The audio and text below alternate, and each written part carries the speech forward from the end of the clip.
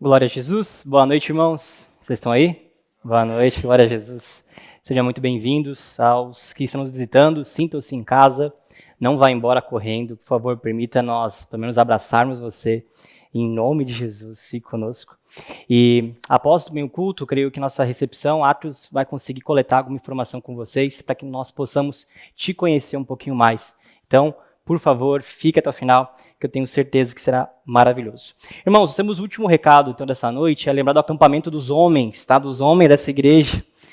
A rua aqui está difícil, mas nós estaremos subindo a montanha neste próximo sábado, tá certo? Estaremos subindo a montanha em Campo Alegre, brincadeiras à parte, e o convite é você, homem, a fazer a sua inscrição. Nós estaremos, então, saindo daqui e indo para Campo Alegre. Às 15h nós iniciaremos as atividades lá, organizando o acampamento, organizando tudo o que deve ser feito. Nós vamos dormir realmente em barracas, então vai ser frio, sim, mas você é homem, macho, o Senhor tornou você e fez você assim. Então, o convite é você estar conosco nesse final de semana.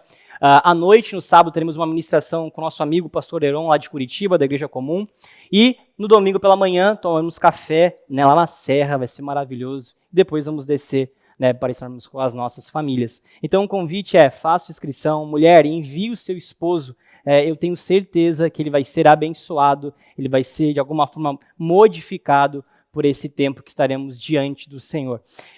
A inscrição é pelo link, o link você encontra na bio do Instagram da igreja, também no WhatsApp, enfim, fale conosco que nós queremos que você faça parte desse momento. Amém? Lembrando que a inscrição encerra amanhã, então faça o quanto antes. Glória a Deus. Irmãos, hoje então nós daremos sequência nessa série de mensagens Cânticos da Alma, e hoje nós iniciamos dentro dessa grande temática um subtema, o subtema chamado No Vale da Alma, onde nós iremos, nos próximos 3 encontros, falarmos sobre questões muito conectadas, que apontam para realmente a nossa alma e alguns aspectos necessários para a nossa jornada como discípulos. E hoje, então, nós leremos, como sabemos, todo domingo estamos lendo um salmo, o salmo de número 27. Convido você, então, a abrir a sua palavra, as Escrituras, a palavra do Senhor em salmo de número 27, tendo hoje como temática, como título do sermão, o funeral do medo. O funeral do medo. Salmo número 27, convido você a fazer a leitura comigo. A palavra do Senhor diz assim, Salmo de Davi. O Senhor é a minha luz e a minha salvação. Então por que ter medo? O Senhor é a fortaleza da minha vida, então por que estremecer? Quando os maus vierem para me destruir, quando os meus inimigos e adversários me atacarem, eles tropeçarão e cairão. Ainda que um exército me cerque, meu coração não temerá. Ainda que invistam contra mim, permanecerei confiante. A única coisa que peço ao Senhor, o meu maior desejo, é morar na casa do Senhor todos os dias de minha vida, para contemplar a beleza do Senhor e meditar em seu templo. Pois ali me abrigará em tempos de aflição e em seu santuário me esconderá. Em segurança numa rocha alta me colocará. Então manterei a cabeça erguida acima dos inimigos que me cercam. Em seu santuário oferecerei sacrifícios, com gritos de alegria, cantarei e louvarei o Senhor com música. Ouve minha oração, ó Senhor. Tem compaixão e responde-me. Meu coração ouviu tua voz dizer, venha e entre na minha presença, e meu coração respondeu, Senhor, eu irei. Não voltes as costas para mim, em tua ira, não rejeites teu servo. Sempre foste meu auxílio, não me deixes agora, não me abandones, ó Deus, de minha salvação. Mesmo que meu pai e minha mãe me abandonem, o Senhor me acolherá. Ensina-me a viver, Senhor, guia-me pelo caminho certo, pois meus inimigos estão à minha espera. Não permitas que eu caia nas mãos deles, pois me acusam de coisas que nunca fiz e me ameaçam, respirando violência. Verso 13. Ainda assim, confio que verei a bondade do Senhor quando estiver aqui, na terra dos vivos. Espere pelo Senhor e seja valente e corajoso. Sim, espere pelo Senhor. Aleluia. Quando você, a orar mais uma vez, se você puder fechar os seus olhos, abaixar a sua fronte. Jesus, nós te agradecemos pela sua presença aqui, amado Espírito. Obrigado por conduzir até aqui essa reunião. Obrigado por falar a seu povo. Que nesse momento o Senhor possa me usar como uma ferramenta em suas mãos, que as minhas limitações não limitem o teu agir nessa noite. Que o Senhor possa abrir o entendimento, que o Senhor possa abrir a compreensão, que o Senhor possa abrir os corações aqui presentes. E que essa mensagem possa gerar, Deus, vida, alegria e segurança em Ti. Assim nós oramos, bendizendo o Teu santo e poderoso nome, em nome de Jesus. Amém, amém e amém. Irmãos, nós estamos nessa série na qual, domingo a domingo, estamos mergulhando em algum salmo. E hoje nós acabamos de ler um salmo de número 27, um poema escrito pelo rei Davi. Davi, ele escreve este salmo, e este salmo ele é colocado em meio a uma categoria chamada canções de encorajamento, canções de esperança, canções de confiança. Se nós analisarmos o texto que lemos de forma muito breve, nós vamos observar que Davi está falando a respeito de esperança, de confiança, de confiar no Senhor. Eu creio que todos nós sabemos que nós precisamos confiar no Senhor. E a única forma de nós confiarmos no Senhor é não termos mais medo. O medo é um sinalizador de uma desconfiança. Se nós estamos em meio a uma jornada de seguir o Cristo, essa jornada deve ser pautada em confiança. Podemos ter oscilações, podemos ter dificuldades, mas o medo não pode nos dominar. E é por isso que o sermão dessa noite traz a ideia realmente de um funeral do medo. Porque talvez hoje seja necessária uma reflexão dentro do seu coração. Que talvez você ainda não se posicionou naquilo que o Senhor deseja que você venha se posicionar. Não porque Ele não tem falado. Não porque Ele não tem te conduzido. Não porque Ele não tem, de alguma forma, aberto as portas, conduzido o seu caminho. Mas porque você ainda está com medo. Um medo que não vem dEle. Davi, ao escrever Salmo 27, ele escreve sobre confiança. Mas ele escreve este salmo, e este salmo ele é escrito em um segredo. Em um leitor, talvez de primeira viagem, ao lermos Salmos 27, nós lemos ele como se fosse qualquer outro salmo, mas não nos deparamos com aquilo que Davi está dizendo. Quando Davi escreve Salmo 27, ele escreve ele com um segredo musical, e eu quero que você grave isso nessa noite. O segredo musical de Salmo 27 é que ele é escrito em um ritmo chamado quiná, que significa lamento. 40% dos salmos que encontramos na Bíblia são salmos de lamento. Sabia disso? Porque nós humanos lamentamos muito. E é interessante observar que até mesmo nos salmos nós vamos encontrar autores que lamentam. Um salmo de lamento é um salmo que nos dá espaço para o choro. Nos dá espaço para, em algum instante, até mesmo se sentir sozinho, isolado, desolado. Mas o interessante é que todo o salmo de lamento na Escritura, tirando talvez dois ou três salmos, o 44 e o 88, eles têm uma construção. O salmo de lamento ele começa com lamento, lamento, lamento, e de repente, ao final, há uma grande confiança. É como se todo o salmo de lamento houvesse isso. Você chora, você se entristece, você clama ao Senhor, você se sente desolado, você se sente abandonado, mas ao final do salmo, o salmista deixa claro que nós temos sim esperança no Senhor. É interessante observar isso. O salmo de lamento, ele é escrito com uma rítmica bem interessante, um compasso de 3/2. Ou seja, preste atenção nisso, 3 batidas na primeira frase e apenas 2 na segunda. A segunda frase, por ter somente 2 batidas, ela é mais curta e ela então cria uma cadência de queda, ou seja, uma sensação que a frase está morrendo. É por isso que esse ritmo musical era usado na canção fúnebre em Israel. 3/2. Por quê? Salmo de lamento aponta para o fim do homem. Ou seja, eu estou vivendo dificuldades, eu confio no Senhor, isso terá um fim. O meu medo, a minha insegurança, ela terá um fim no Senhor. Eu confio no Senhor. Porém, Salmo 27 é diferente porque Davi escreve nesse ritmo. Mas ele não fala sobre lamento. Ele fala sobre confiança do começo ao fim. O que Davi está nos dando é uma beleza musical, uma canção tão extraordinária, porque aponta para ele que essa canção, mesmo sendo cantada para a morte, não é a morte para aqueles que confiam no Senhor, mas é para a morte do medo daqueles que se dizem confiar no Senhor. Todos nós temos diversos medos. É natural do homem. Nós temos respostas que são físicas. Colocamos a mão no fogo, automaticamente nós tiramos essa mão. Nós queremos sempre nos proteger. Quando nós estamos andando e caímos, nós protegemos com os braços. Nós temos, de fato, uma resposta física, biológica para a autoproteção. Quando o homem, então, ele cai, ele constitui, então, na sua natureza caída agora, um desejo de também se proteger. Mas não mais se proteger daquilo que o faz mal a ele, simplesmente, mas proteger daquele que mais os ama.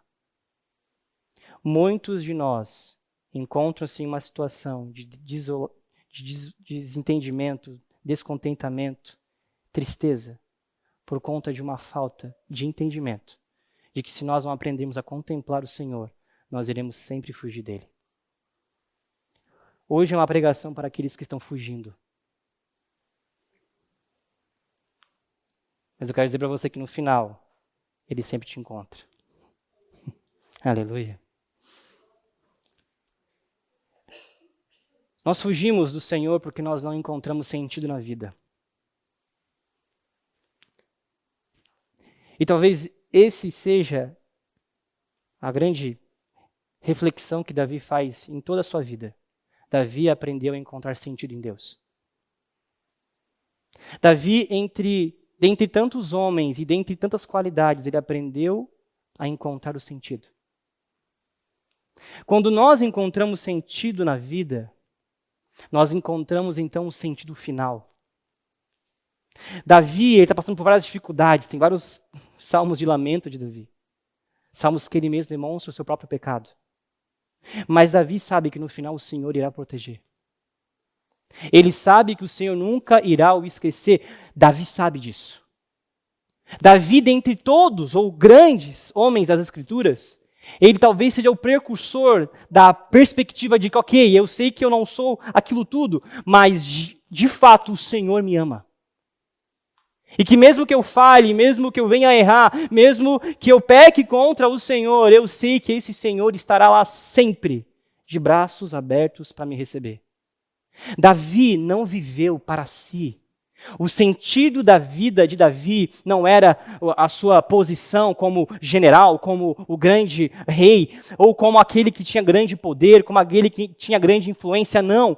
Davi, ele possuía realmente a compreensão real de que a vida dele era para o Senhor.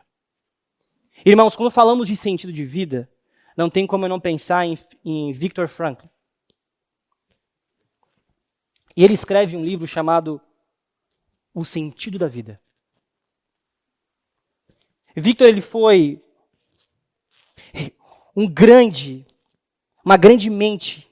Ele foi um psiquiatra e um escritor austríaco que escreve o sentido da vida após ele passar por uma experiência como prisioneiro em campo de concentração nazista. Presta atenção nisso. Dentro de sua obra, e eu tive contato com ela novamente poucos dias atrás, ele vai relatar como era a vida, ou a pseudo-vida de um prisioneiro dentro de um campo de concentração.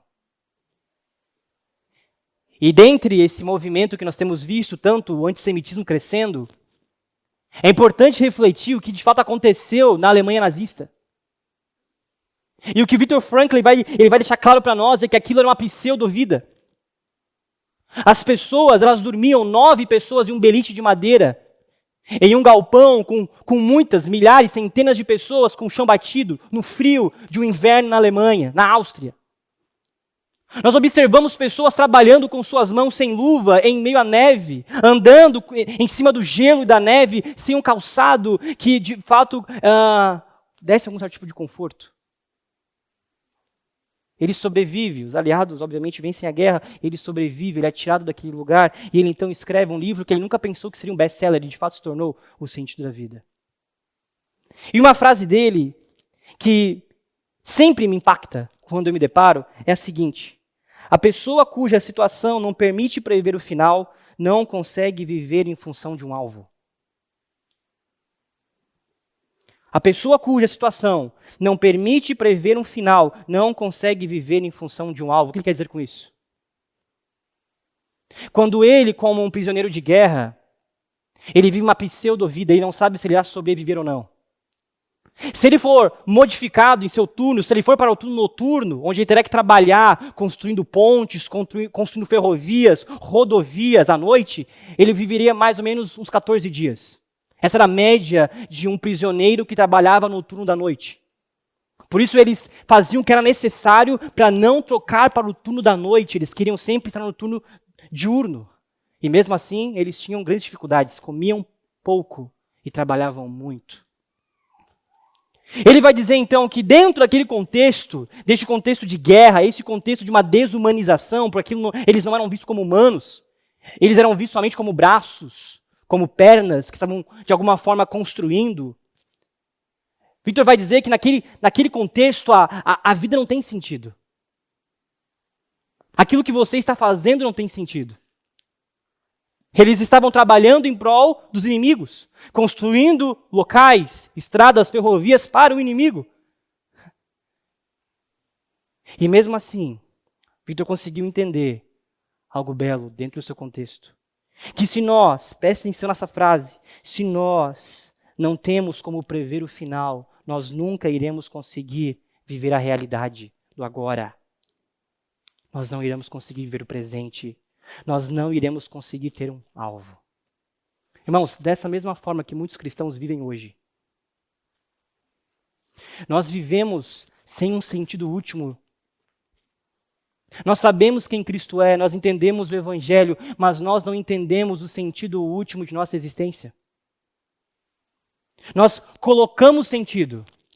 É o trabalho, colocamos o sentido, uma posição social, colocamos sentido, um sonho, mas nós não estamos olhando para o fim último.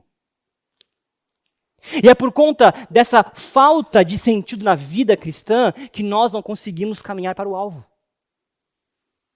Logo, a sua falta de posicionamento diante do Senhor não é só porque você tem TDAH, não é só porque você tem uma vida difícil, não é só porque você talvez possui muitas demandas, mas porque você ainda não entendeu qual é o sentido da sua existência em Cristo Jesus. Porque se nós entendemos o sentido da nossa existência, tudo nessa vida se torna palha. Tudo se torna nada. E Cristo se torna tudo.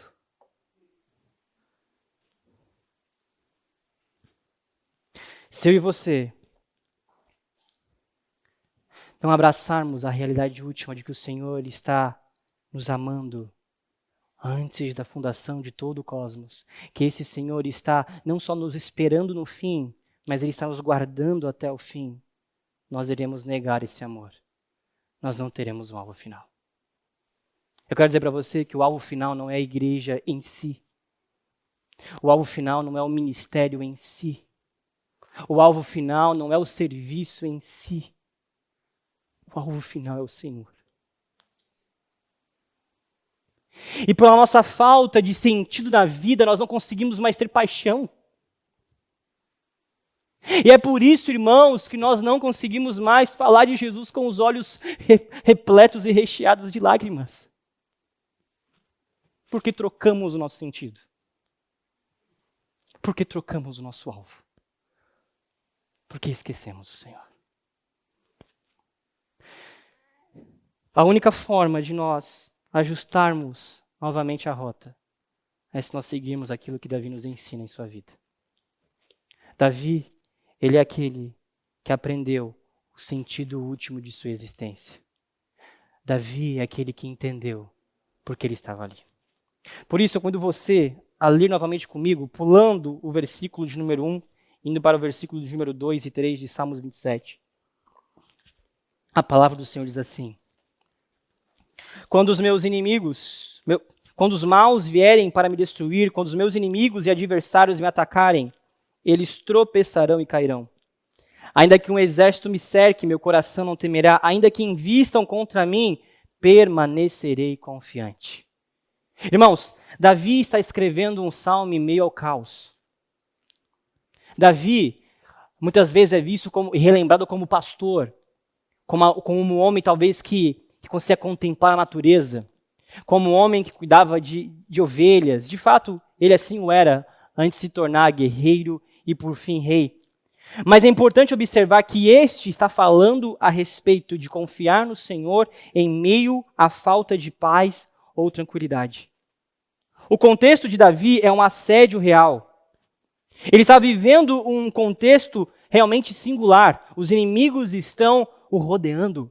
Há uma possibilidade de cerco militar, ou seja, Davi não está bem no seu palácio. Davi não está em paz. Eu quero que você grave isso. Davi não está feliz. Eu quero que você grave isso. Davi não está em paz. Davi não está alegre. Davi está extremamente angustiado. Eu não sei você, mas às vezes os dias parecem realmente que são permeados por muita angústia. Parece que as coisas não vão, parece que os projetos não decolam, parece que os projetos eles não tomam forma, parece que aquilo que nós fazemos não torna nenhum resultado. Davi, mesmo sendo um rei poderoso, ele está em meio ao medo. Só que algo interessante, e eu quero que você grave isso nessa noite, é que quando nós entendemos o contexto do versículo 2 e 3 do Salmo 27, nós então conseguimos compreender o verso 4. Porque é em meio ao caos, é em meio às dificuldades, é em meio ao medo que Davi deixa claro algo. Leia comigo agora o verso 4. A única coisa que peço ao Senhor, o meu maior desejo, é morar na casa do Senhor todos os dias da minha vida, para contemplar a beleza do Senhor e meditar em seu templo. Irmãos, quem em sã consciência,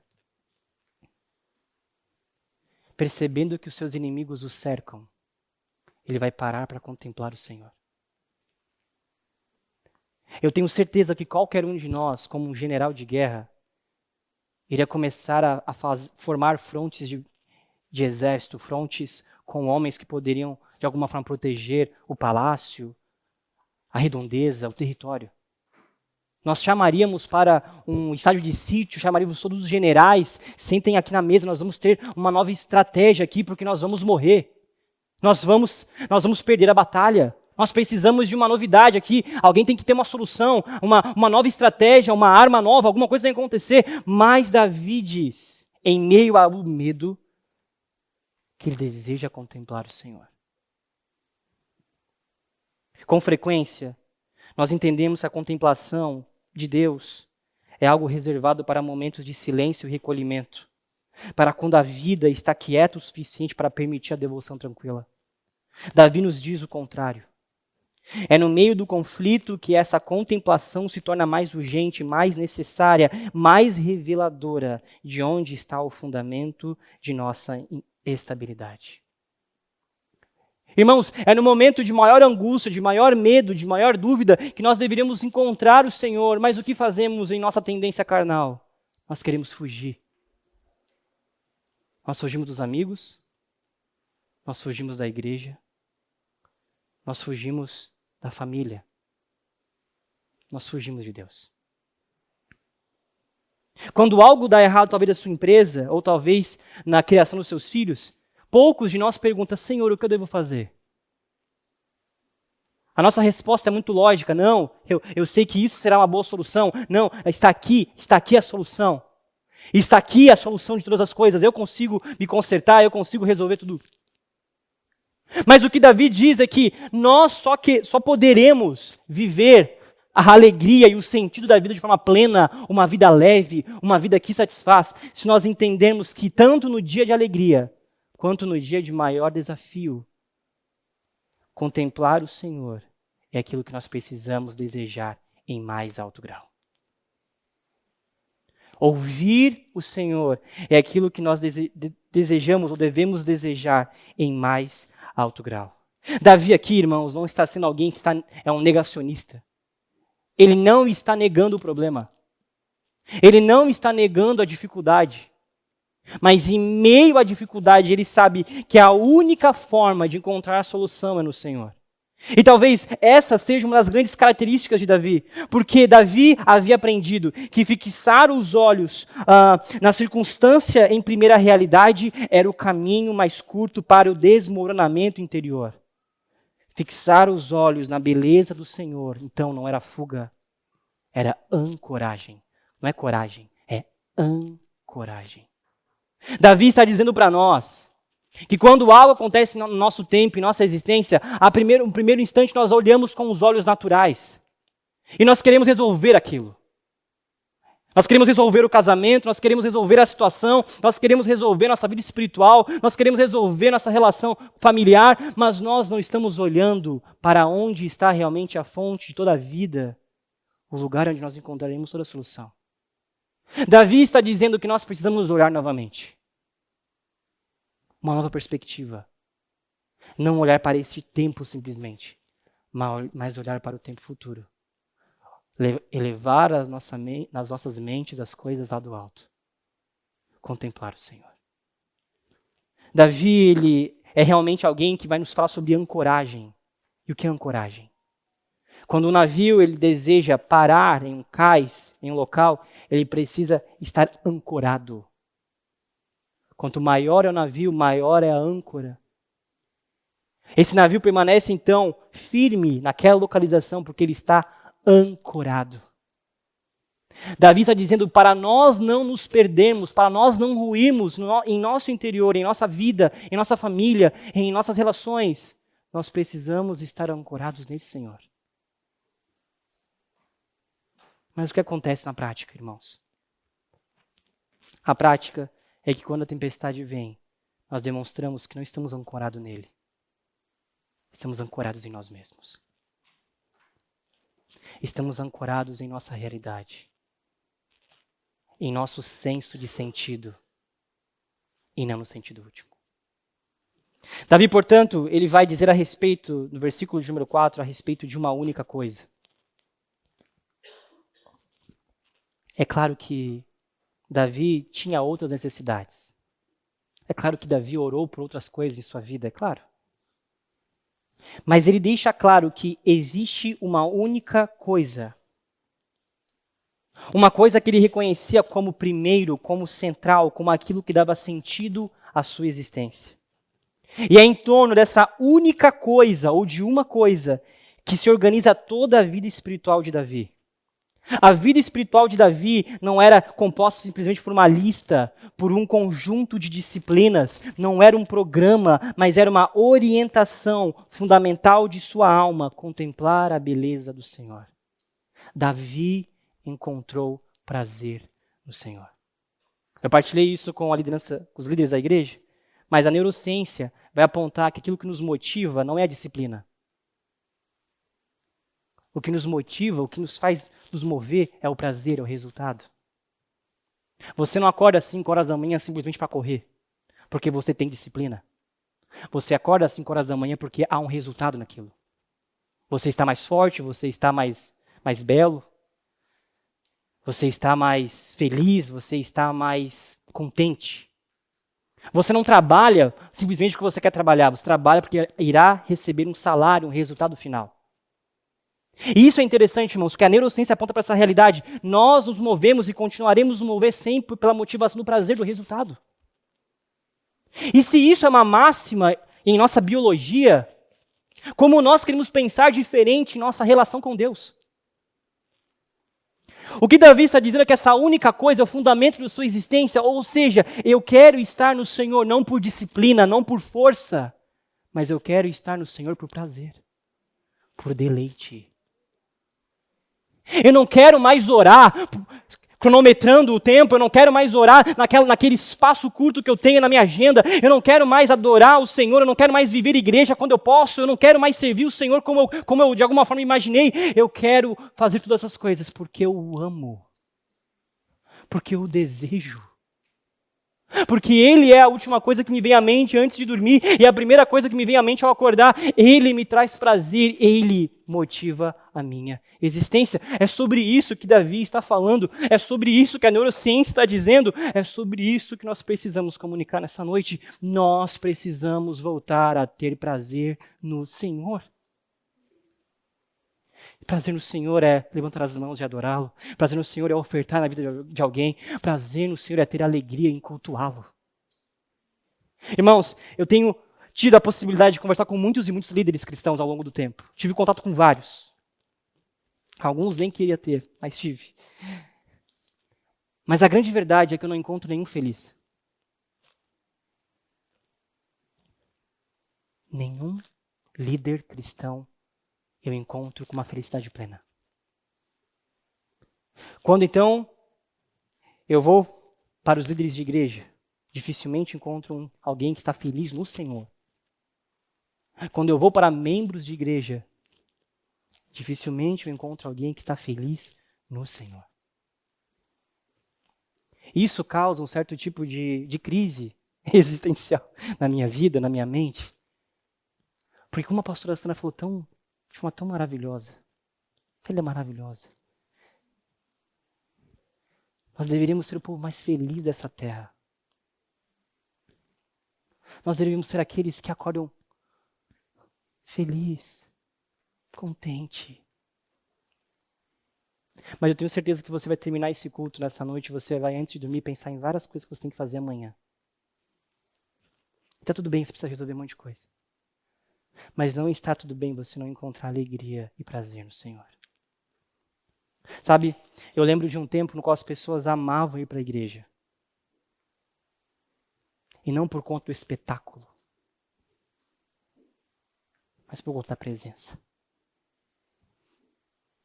A distância não era problema, a chuva não era problema. Enquanto nós estávamos na Amazônia no passado, os irmãos que foram nessa comitiva de missão, teve o culto de mulheres lá. E sempre quando eu falo isso, eu sou permeado por vontade de chorar, né? Porque era culto das mulheres. De repente, era umas 7 da noite, um monte de bateira começa a aparecer no rio. As mulheres vindo para cultuar o Senhor. Para chegar na igreja, como estava em alta o rio, elas tinham que passar por um lugar com barro, com lama, por conta do rio, água. Eu vi elas pegando o sapatinho, colocando os pés na água, tendo que de alguma forma até se equilibrar uma passagem estreita que eles haviam construído, mas chegando felizes no culto. Nós estávamos no barco e nós ouvíamos os gritos de adoração e de alegria daquelas simples mulheres. Davi está dizendo para nós que é necessário vivermos em torno dessa única coisa. E essa única coisa tem que gerar em nós alegria. Nós temos que ser o povo mais feliz dessa terra. C.S. Lewis vai dizer algo em peso da glória, muito pesado. Ele vai dizer o seguinte: somos criaturas entorpecidas demais para nos alegrarmos com alegria infinita. E continuamos fazendo concessões como álcool, sexo e ambições, como uma criança que quer continuar fazendo torta de lama na favela, porque não consegue imaginar o que significa a oferta de férias à beira-mar. Lewis está dizendo que nós trocamos a alegria infinita por coisas muito passageiras. E é por isso, irmãos, que estamos entorpecidos. Estamos em uma sociedade entorpecida pelo álcool, entorpecida pelo sexo, entorpecida pelo sucesso. São esses 3 pilares que sustentam a vida de muitos. Eu espero que de vocês não, mas de muitos. E é por conta dessa realidade que a nossa relação com Deus é na disciplina. Eu vou para o culto porque eu tenho que ir, eu tenho que servir, eu só vou quando eu sirvo, eu só vou quando eu vou receber algo, fazer algo. Nós estamos vivendo uma cultura secularizada e demonizada em meio a uma vida cristã. E por isso que nós não encontramos mais alegria. E por isso que nós não estamos mais encontrando satisfação. O que Lewis está dizendo para nós nessa frase é que para Davi, estar na presença de Deus era o alvo final de sua vida. Davi não estava preocupado com a sua monarquia, com ser rei simplesmente. Ele não estava preocupado em seu sucesso em expedições militares. Davi estava preocupado em estar na presença. Tanto que, no culto passado, o pastor Kleber, ele trouxe essa introdução como primeira ação de Davi como rei é o quê? No centro do poder, ele traz o centro da adoração. Ele traz a arca da aliança para o centro de seu estado. E ele faz como isso? Dançando. Irmãos, você já imaginou um rei dançando? A própria mulher dele ri dele. Porque ela não sabe entender o que estava acontecendo. Davi traz a arca da aliança para o centro do seu estado. Nela ele constrói um tabernáculo simples. E é neste lugar que Davi aprende novamente a contemplar o Senhor. Davi não construiu um grande templo. Quem fez isso foi seu filho. O que Davi construiu foi um pequeno tabernáculo para abrigar a presença de Deus. Vocês estão entendendo, igreja? Nós precisamos voltar a desejar a presença independente do local, independente da estação, independente da dificuldade, independente da alegria, independente da tristeza. E é por isso que a sabedoria de Davi está em reconhecer que quando uma coisa permanece no centro, todas as outras encontram o seu local adequado. Agora, quando essa única coisa escorrega para a periferia, mesmo que as outras coisas continuem sendo feitas, algo essencial se perde, a vida espiritual passa a funcionar sem eixo. Irmãos, e é isso que vemos na igreja nesses dias.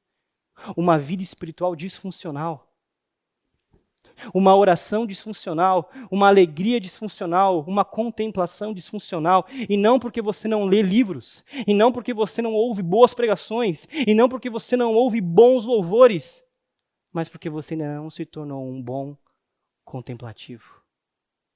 Porque você ainda não se tornou alguém totalmente satisfeito em olhar para Jesus.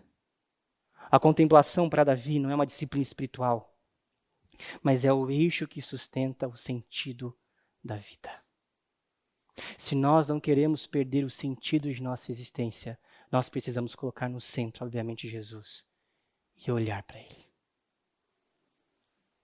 E olhar para Ele. Davi continua no mesmo versículo dizendo a respeito de morar na casa do Senhor, e obviamente, Davi, ele não está dizendo sobre um local fixo. Davi nunca viu o templo. O que Davi viveu era em palácios. O que Davi tinha era grandes responsabilidades, ele tinha batalhas, ele tinha família, ele tinha várias funções. Mas ele desejava habitar, acima de tudo, com a proximidade com o coração de Deus. Davi não queria sair de perto de Deus. Davi não queria perder Deus de vista. Você consegue entender isso? Um homem tão poderoso, que tinha tudo em suas mãos, mas ele não queria perder. Ele não queria perder o Senhor de vista. Você entende isso, irmãos? Ele não quer perder a bênção do Senhor. Não é isso, ele não quer perder o Senhor. Ele não quer esquecer do Senhor, ele não quer perder o centro da sua vida, ele não quer se perder na vida que o Senhor o deu. Deus o fez rei, mas ele não quer se perder na bênção que Deus o fez. Ele deseja estar sempre olhando para o Senhor. É por isso que Agostinho de Hipona, ele vai dizer algo, poxa, maravilhoso, diz o seguinte: criaste-nos para ti, e nosso coração vive inquieto até que descanse em ti. A única forma de Davi não ser um rei inquieto, e de fato todos os outros de alguma forma foram, é porque ele aprendeu o que Agostinho vai dizer. Ele aprendeu que a única forma de aquietar o coração, é descansar no Senhor. E descansar no Senhor, minha irmã e minha irmã, não é dizer simplesmente eu estou aqui, mas é dizer simplesmente eu quero que o Senhor esteja aqui. Eu não quero perdê-lo, eu não quero esquecê-lo, eu não quero que o Senhor vá para longe, eu quero que o Senhor esteja perto. E isso nos diz algo muito importante. A contemplação de Deus não exige circunstâncias ideais, exige sim intencionalidade. Nós nunca teremos uma estação da vida com o tempo perfeito para adorar o Senhor e contemplá-lo. Eu não sei você, mas quando eu olho para a minha história, poxa, quando eu era adolescente eu tinha certos tipos de atividades. Depois quando eu casei, depois quando eu me formei, depois quando eu estou trabalhando, depois quando agora tenho filhos, as nossas demandas elas nunca param. E se nós ainda estamos acreditando na utopia de que chegará um momento onde nós vamos conseguir contemplar o Senhor como queremos, nós estamos mentindo para nós mesmos. Portanto, a pergunta do salmista, presta atenção, a pergunta de Davi nessa noite para nós, através do Salmo 27, não é você tem tempo para contemplar. Porque eu sei que você vai dizer talvez não. Você vai dizer, a vida é muito corrida, pastor. Você vai dizer, pastor, eu estou muito cansado, eu trabalho muito. E eu entendo, irmãos. Você acordar cedo, você pegar trânsito, você pegar ônibus. Às vezes você ganha pouco, às vezes você não acertar naquilo que você investiu, às vezes o casamento não está tão legal assim. Às vezes a igreja não está tão legal assim, talvez às vezes o trabalho não está bom. Mas o salmista não está perguntando se nós temos tempo para isso. Mas ele está perguntando o seguinte, isto está no centro da sua vida ou está sendo empurrada para as margens pela urgência do seu dia? A presença do Senhor é o centro? Ou a presença do Senhor está perdendo esse lugar? Em cada mais atividade, em cada mais objetivo, em cada maior conquista. Quando percebemos, nós temos uma vida que o Senhor está ali, mas Ele não é o centro. Davi nos questiona sobre isso. Porque se estamos empurrando a presença de Deus e não permitindo que ela seja aquilo que nós ancoramos, que nós solidificamos a nossa existência, não tem como sermos felizes. Não no Senhor. Nós seremos felizes em outros lugares. Nós seremos felizes no sexo, na pornografia. Nós seremos felizes na mentira. Nós seremos felizes no sucesso. Mas nós não seremos felizes no Senhor. Por isso, quando eu pergunto para um pastor, você está feliz? Ou você é feliz?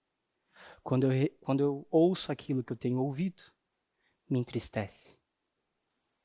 Porque a pauta do seu sentido de vida ministerial cristã são nos números e não na cruz.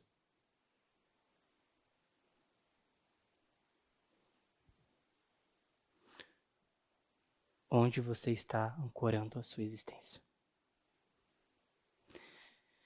Davi continua no mesmo versículo dizendo a respeito de contemplar a beleza do Senhor. A palavra naam é uma qualidade, é contemplar. É contemplar uma beleza, mas não somente contemplar uma beleza, mas uma beleza que nos satisfaz. Se você já se apaixonou alguma vez, ou se você é um apaixonado, espero que os casados sejam apaixonados. Espero eu, aleluia. Glória a Deus. Se o teu marido não falou glória a Deus, manda ele para o nosso acampamento. Às vezes a Nicole está aqui? Fala do Pedro. Quando às vezes eu me pego, às vezes vendo o Pedro, né? Não sei se vocês viram ele aqui na frente. O pastor Kleber foi orar, o que ele fez? Né? Ele fez assim, ele faz assim, orando, né? Eu me pego, às vezes, contemplando a beleza do meu filho, né?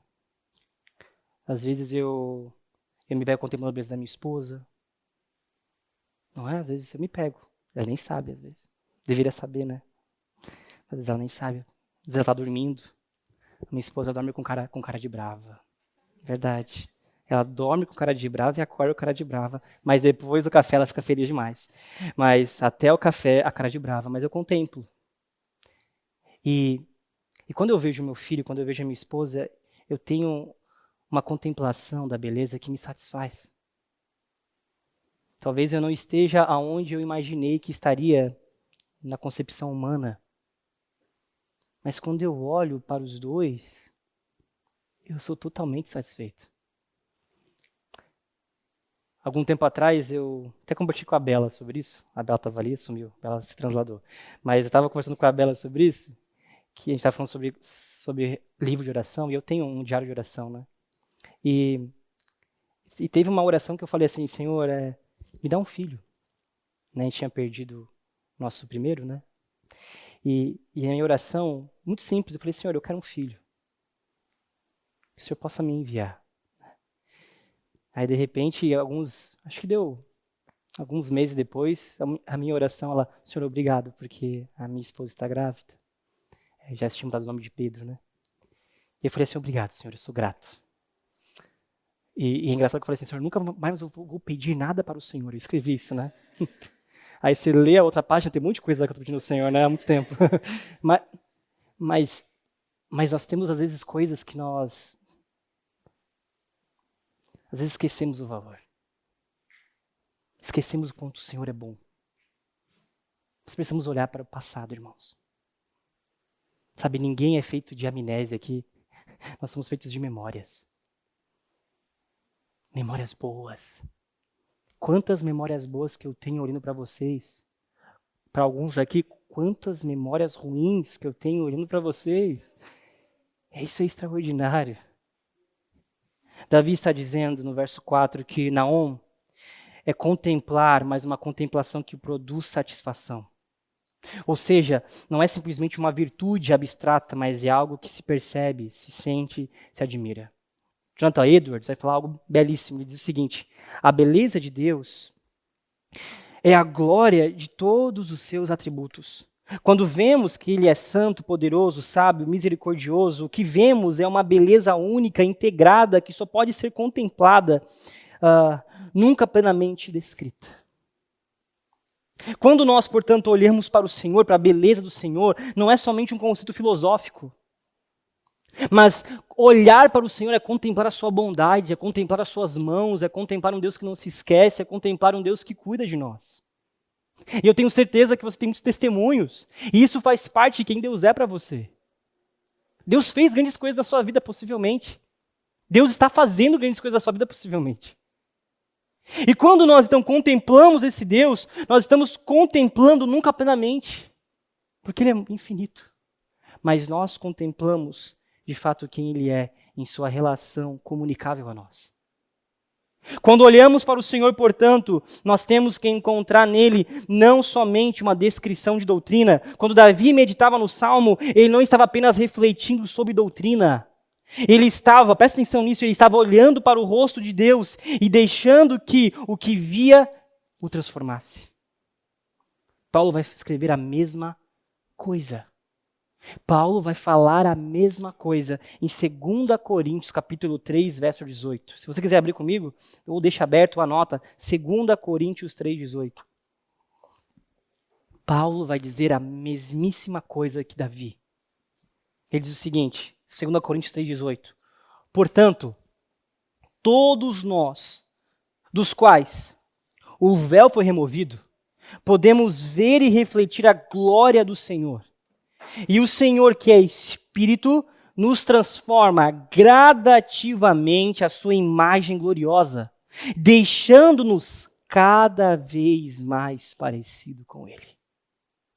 O que Paulo está dizendo para a comunidade de Corinto é que nós, ao contemplarmos o Senhor, nós nos tornamos mais parecido com Ele. Contemplar, olhar. Irmãos, o olhar de Jesus. Você já imaginou como era o olhar de Jesus? Você já imaginou homens que deixaram pai, mãe, família para seguir esse Jesus?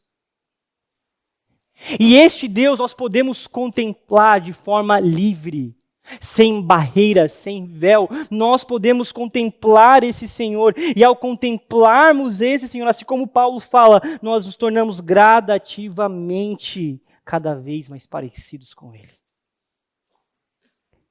Quando nós olhamos para o ano que passou, nós já estamos na metade do ano, nós precisamos entender isso. Em 6 meses, quanto nós nos parecemos mais com o Senhor Jesus? Com Jesus.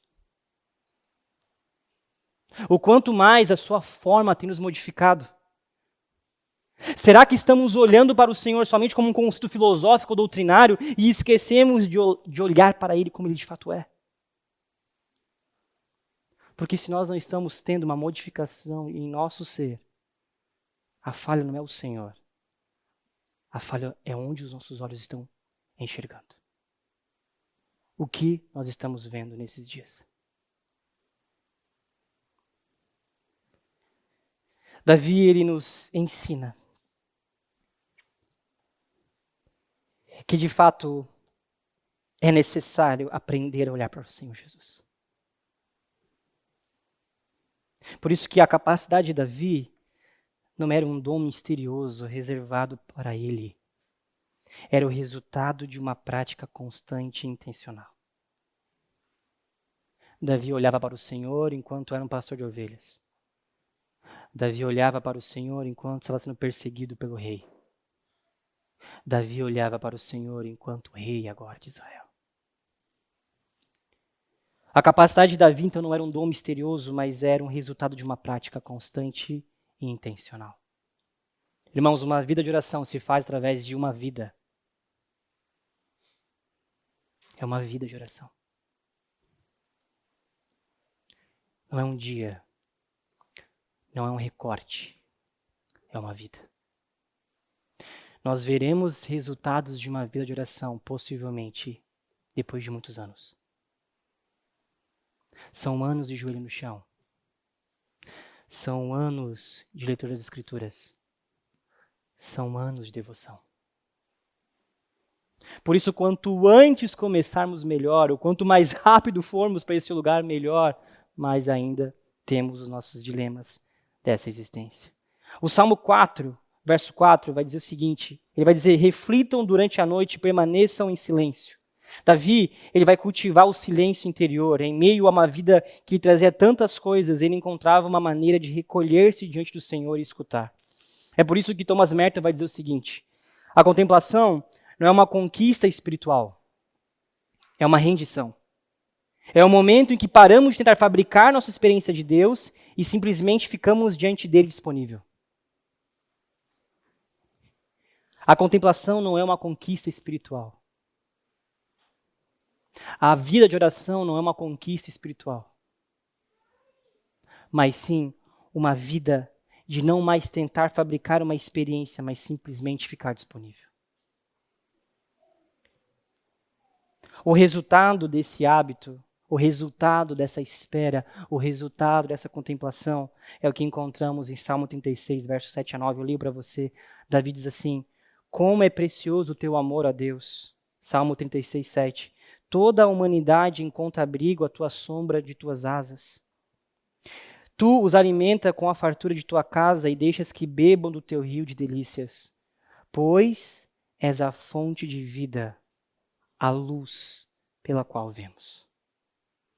Davi está dizendo no Salmo 36 que o resultado de alguém que permanece diante do Senhor disponível é o resultado de uma vida plena. De beber da fonte da vida, a luz pela qual enxergamos a realidade. Davi não enxerga a realidade através da sua ótica, da sua compreensão. Davi enxerga a realidade através da revelação de quem Deus é.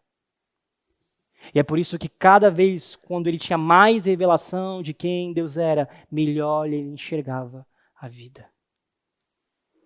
Salmo 145, verso 5, Davi diz, meditarei em teu majestoso e glorioso esplendor e em tuas maravilhas. Ou seja, irmãos, Davi nos ensina a ser um homem de contemplação, de olhar para o Senhor, de não esquecer do Senhor. A beleza, caminhando basicamente para o fim, a beleza para Davi não era somente uma questão de prazer estético, de devoção pessoal, mas para Davi, preste atenção, a contemplação está diretamente relacionada com a capacidade de permanecer de pé diante da crise. Davi vai dizer que a única forma de permanecer de pé em meio à crise não é simplesmente começar a orar naquele momento, mas é uma vida diante do Senhor. E é por conta dessa realidade que nós vamos agora sim para Salmo 27, verso de número 1, onde a palavra do Senhor diz o seguinte, o Senhor é minha luz, a minha salvação, então por que ter medo?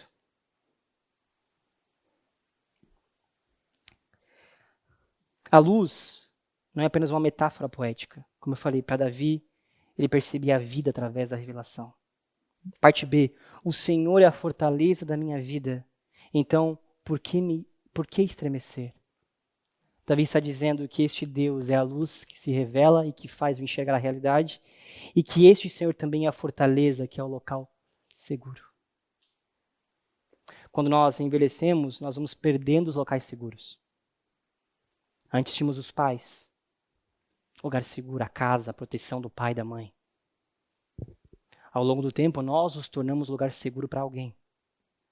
Os pais se vão, os avós se vão, talvez os amigos mais próximos e chegados também se vão. Nós nos tornamos um lugar seguro para alguém. Davi, como sendo rei, não havia como ele encontrar em outro lugar um bom conselho. Mesmo que ele tivesse realmente a quantidade de homens sábios que ele poderia acessar, nenhum deles era rei. Nenhum deles tinha talvez maior compreensão da realidade do que o próprio Deus.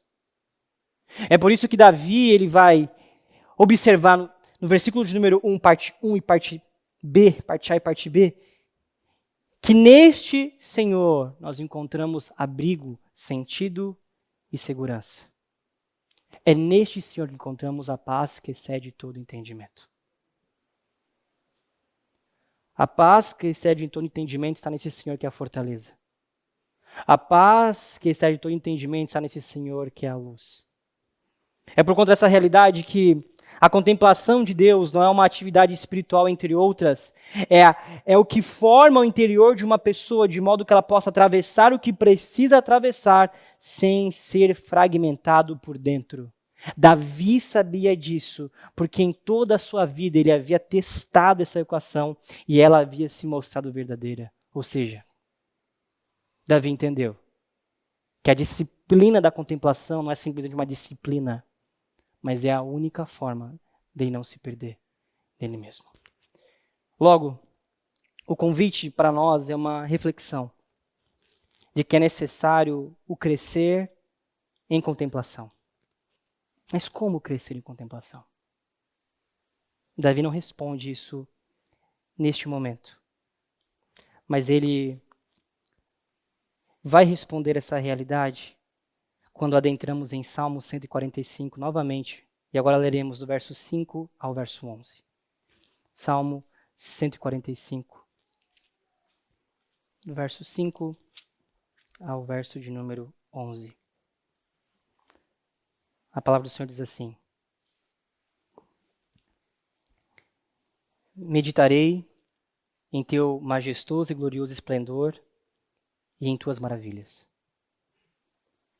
Todos falarão dos teus feitos notáveis, e eu anunciarei tua grandeza. Todos contarão a história de tua imensa bondade e cantarão de alegria sobre tua justiça.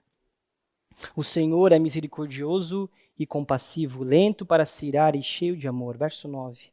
O Senhor é bom para todos, derrama misericórdia para toda a sua criação. Todas as tuas obras te darão graças, ó Senhor, e teus fiéis te louvarão. Verso 11. Falarão da glória do teu reino e proclamarão o teu poder. Irmãos, nós temos talvez 3 passos aqui, meditando em Salmo 145, chamado meditar, louvar e declarar. Davi nos instrui em Salmo 145 que o primeiro, meditar, é pensar com profundidade sobre o que Deus é e o que Ele faz. Não é uma leitura apressada de um versículo antes de começar o dia ou antes de terminá-lo, mas um exercício lento de deixar as verdades de Deus se instalarem no interior, de fazer perguntas ao texto, de ficar quieto diante do que se descobre. Depois disso, você passa para o louvor. Verbalizar para Deus o que vê nele. Há algo que acontece quando colocamos em palavras o que admiramos.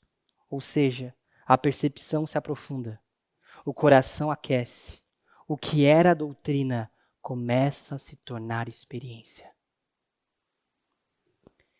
E após você meditar, o louvar, você não consegue mais ficar calado. E é por isso que o terceiro ponto é declarar a outros. compartilhar o que se descobriu de Deus com outras pessoas. Davi não era um homem contemplativo solitário. Ele escrevia salmos para serem cantados pela comunidade. Ele via de Deus, e o que ele via de Deus, ele queria que os outros vissem também. É por isso que, mais uma vez, Lewis vai dizer que louvamos o que admiramos, porque o louvor completa o prazer, não apenas o expressa. Eu vou repetir, o louvor completa o prazer de contemplar a beleza e não apenas o expressa. A contemplação de Deus, que permanece fechada em si mesma, é uma contemplação incompleta. Ela quer transbordar em louvor, ela quer encontrar palavras, ela quer ser partilhada. Por isso, nós não precisamos ser uma igreja de gritos, mas nós precisamos ser uma igreja de louvor. Nós não precisamos gritar, mas nós precisamos adorá-lo. Nós não adoramos o Senhor porque não estamos meditando em quem Ele é. Agora sim, encerrando. Davi vai dizer que a nossa esperança, ela está nele. E somente naquele que pode transformar o nosso coração tão duro em um coração de carne que o ama e que deseja contemplar. Em Salmo 27, verso de número 9, o salmista Davi ele vai dizer o seguinte, verso 9. Não voltes as costas para mim em tua ira, não rejeites teu servo. Sempre fostes meu auxílio, não me deixes agora, não me abandones, ó Deus, de minha salvação. Pula agora para o verso 14. Espere pelo Senhor e seja valente e corajoso. Sim, espere pelo Senhor. Davi termina o Salmo 27 não como um triunfo fácil. Ele não termina com uma resolução tranquila. Ele termina com uma prática da espera. O versículo final de Davi é: espere pelo Senhor. Seja valente e corajoso no quê? Em esperar. Hoje nós estamos comemorando no calendário litúrgico o dia de Pentecostes. A igreja nasce no calendário litúrgico hoje por conta de homens que esperaram. Homens que tiveram coragem de esperar que o poder viria do alto. Homens que esperaram tudo o que viria a partir do capítulo número 2 de Atos. A unicidade de línguas, o apontar para o avanço do evangelho nos 4 cantos, sem mais barreiras, sem mais muralhas. Este Jesus que manda esperar, ele é dito filho de Davi, que ensina o seu povo em Salmo 27 a aguardar no Senhor. O salmista, ele portanto está dizendo para nós que é algo aqui realmente muito honesto e reconfortante. Davi, ele não está escrevendo de um lugar de resolução já alcançada. Ele ainda está sitiado pelos seus inimigos. Mas ele está dizendo, dentro da jornada, que a fé que ele ainda tem o sustenta sob a mesma âncora que tem o sustentado até ali. A convicção é que o Senhor é bom, que a sua beleza é real e que contemplar a beleza não é um luxo, mas uma necessidade.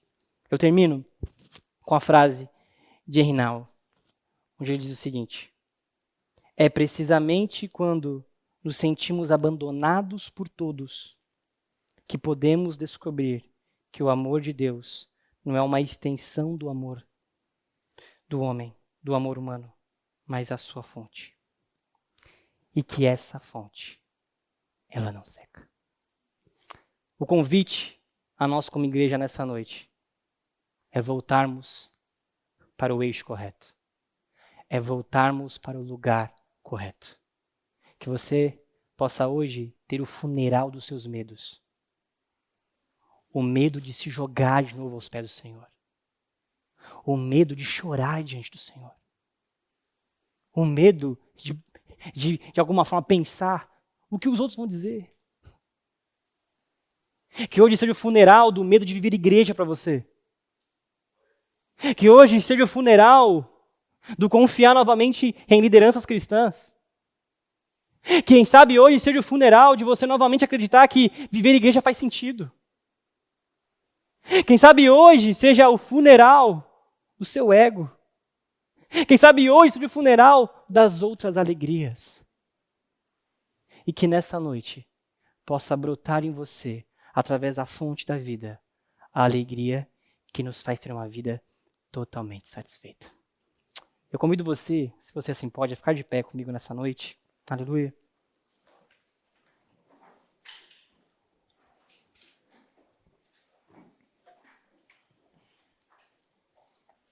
Se o louvor quiser subir, enfim, fique à vontade. Antes de encerrarmos, eu gostaria de permitir que o Espírito Santo nos conduza em uma oração realmente de entrega. Uma oração de entrega. De entrega dos medos, de entrega das outras alegrias. Um pedido ao Espírito que ele possa novamente ajustar o centro de sua existência. Por isso eu convido você nessa noite, a você fechar os seus olhos onde você está. Não saia dessa atmosfera, não saia desse momento. Não permita sua mente vagar nesse momento.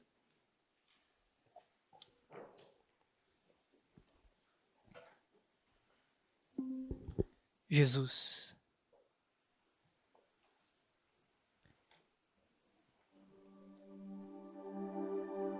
Jesus.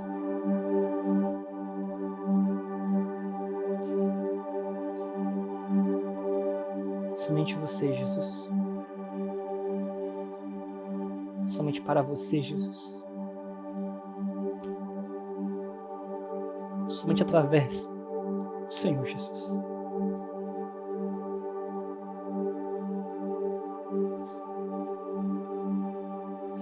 Pai, nessa noite nós nos achegamos diante de Ti mais uma vez.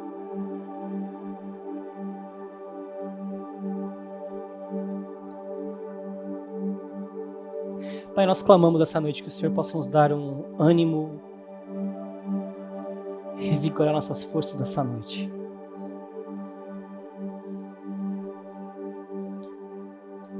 Que o Senhor nos faça sair desse lugar alegres, alegres.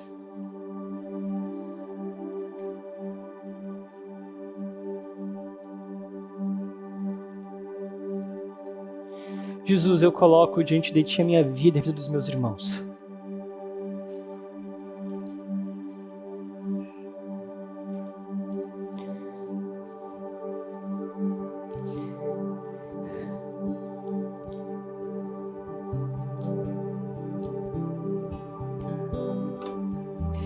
Senhor Jesus.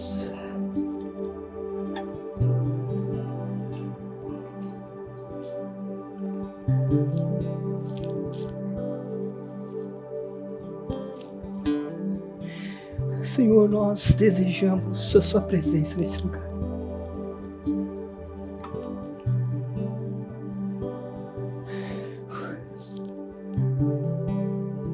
Senhor, nós não queremos um mover artificial, Senhor, nessa noite.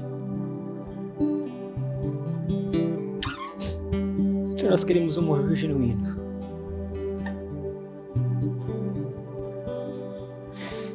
Nós queremos sentir o Senhor tocando no coração de cada um de nós nesse momento.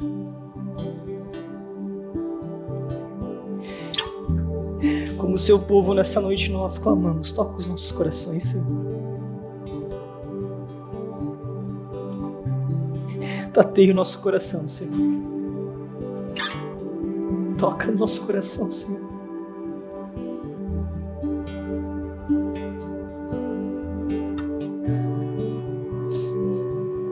Comece a tocar, Senhor, nos medos.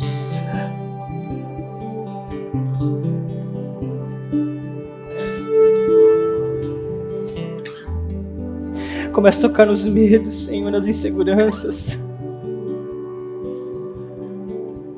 Aleluia.